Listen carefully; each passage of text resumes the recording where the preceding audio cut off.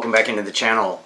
Today we're going to take a look at the Thursday Captain's boots, which are usually recommended if you watch a lot of YouTube or look at the vlogs, as if someone's looking for their first boot, their first heritage boot, the Thursday Captain tends to come up a lot. And I think that's because of the price. They come in at around $200, $199.99, and they've been that price for a long time. As far as I know, they've never raised the price.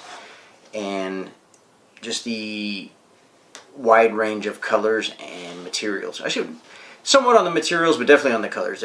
These come in all kinds of colors. But first, let's talk about the construction. So these are a Goodyear welted boot, and it is a 360-degree Goodyear welt.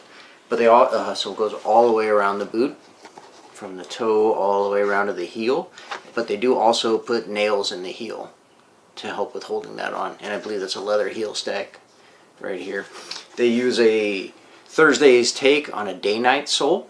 It's a hard rubber compound and pretty pronounced heel and a very stiff heel. They're a cap toe boot. They're available in so many colors, like I mentioned before. I want to say probably 10 to 15 different colors, and then you can also get with different soles. I believe they have a lugged sole called the Storm King. So there's a couple different variations on the sole. One issue I have with them, before we get into my overall review, is they have a limited selection of wide sizes. So most of the rugged resilient leathers, which are these two here and a couple others, it's a little bit more of a no care type of leather. It's supposed to be a longer lasting, not necessarily longer lasting, but easier to maintain, because they say you don't really have to maintain it, but you should. So most of the rugged and resilient come in a wide size, but the standard colors, I think only you can get black, 2 shades of brown, and then a terracotta, which I suppose is a shade of brown, but it's almost kind of like a red color. Not red, but like a redder color. And then the real disappointing is that their limited editions don't come in wide sizes, because they have a really good looking mostly canvas, except for leather toe cap and leather heel cover boot that I would really like to order, but I know I've tried the non-wide sizes and they just don't work for me. So I have 2 pairs of Captains. I have this one in the Arizona Adobe, which I got in March. So I have a couple months of light wear in them. These are on the current last, which I believe they call the Kingmaker last. For those not familiar, a last is the mold that the boot is built around, so that all the boots have the same fit. You know, it's actually a plastic mold they put in there and build the boot around it.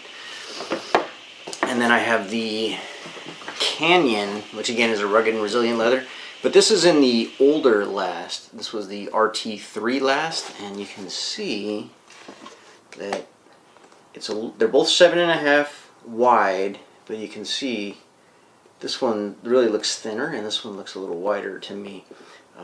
And this one fits a little tighter too, and it's also a little longer, you know, a little bit. What I like about these boots is they're good with slimmer fitting jeans. You know, I have a couple different styles of jeans, so not skinny jeans, but slimmer fitting jeans. I think these look really good with for work, and a little bit, not necessarily formal, but a little bit dressier occasions. Again, this is the Canyon, and you can see it develops a very light color, you know, where the toe bends. So it's kind of interesting. You know, I had mentioned that on the Red Wing Iron Ranger I have in Copper Rough and Tough, that I like how where it folds, it really lightens up and kind of differentiates it from the toe cap, which is pretty nice. So anyway, back into the construction. So these are all leather uppers. It's a thin leather, and it does have a lining. They call it a glove lining, glove leather lining. So I'm not sure what exactly that means, but you can see it's fully lined all the way down. You have 5 holes for your laces, and then 2 speed hooks. The tongue is not gusseted, so that's a little bit different, which maybe that's the sign of it being a non-work boot heritage or a non-outdoor boot. But as you can see, the tongue is not gusseted at all. The only thing holding it there is the laces. So that's something that's a little bit different, and I thought might bother me. I thought the tongue might slip from side to side, but it doesn't. And these use a pour-on insole, so it's not a natural material. So that's where, I don't know, I don't want to say they lose me, because I really like the boots. I like the look. The fit is pretty good. They're a little tighter than most, but than my other pairs anyway. But I definitely, my feet run warm in these, and I think it's because of the non-natural materials that are inside there that maybe doesn't allow it to breathe properly or something. But they're certainly comfortable. I mean, right out of the box, they're very comfortable. A little tight, but again, leather boots should be like that because they do stretch. But very comfortable to wear right out of the box, and comfortable to stand in all day. Even though this is a hard heel, I have no issue standing in them all day. I got these during their warehouse sale. They also have a seconds website where you can go and buy, you know, factory defects or older models like this, and get a pretty good deal. I got these for $149 during their factory sale, because these are, like I said, built on the older last. I think they discontinued the last. Great thing about their website is you can look on their website and they have what's called release notes, and it'll tell you. So they changed from this last, the RT3, to the Kingmaker in August of 2023. So it's probably just leftover, not probably, it was just leftovers from what they have on the older last. And so these I got the same time. These are the Arizona Adobe Rugged and Resilient. I really like this color. I think I mentioned in another of my videos that I seem to only have brown boots, but they go with a lot of stuff. So they're a little wider, you know, across the toe there than these are, because these are built on the new last, which I think they call the Kingmaker. This is the Kingmaker last. The rest of the construction stayed the same. And I'm trying to figure out, and maybe you guys can help, the midsole. I've seen some not reporting, but where they say it's a leather midsole, but I'm not 100% sure. Obviously, we know that being a Goodyear welted boot, it has a cork bed to help fill in that gap where they add the leather welt to the bottom of the upper. But they also add some sort of a midsole here, and they paint it. I don't really want to scrape it because, again, I use this as sort of a dressier boot, so I assume it's leather.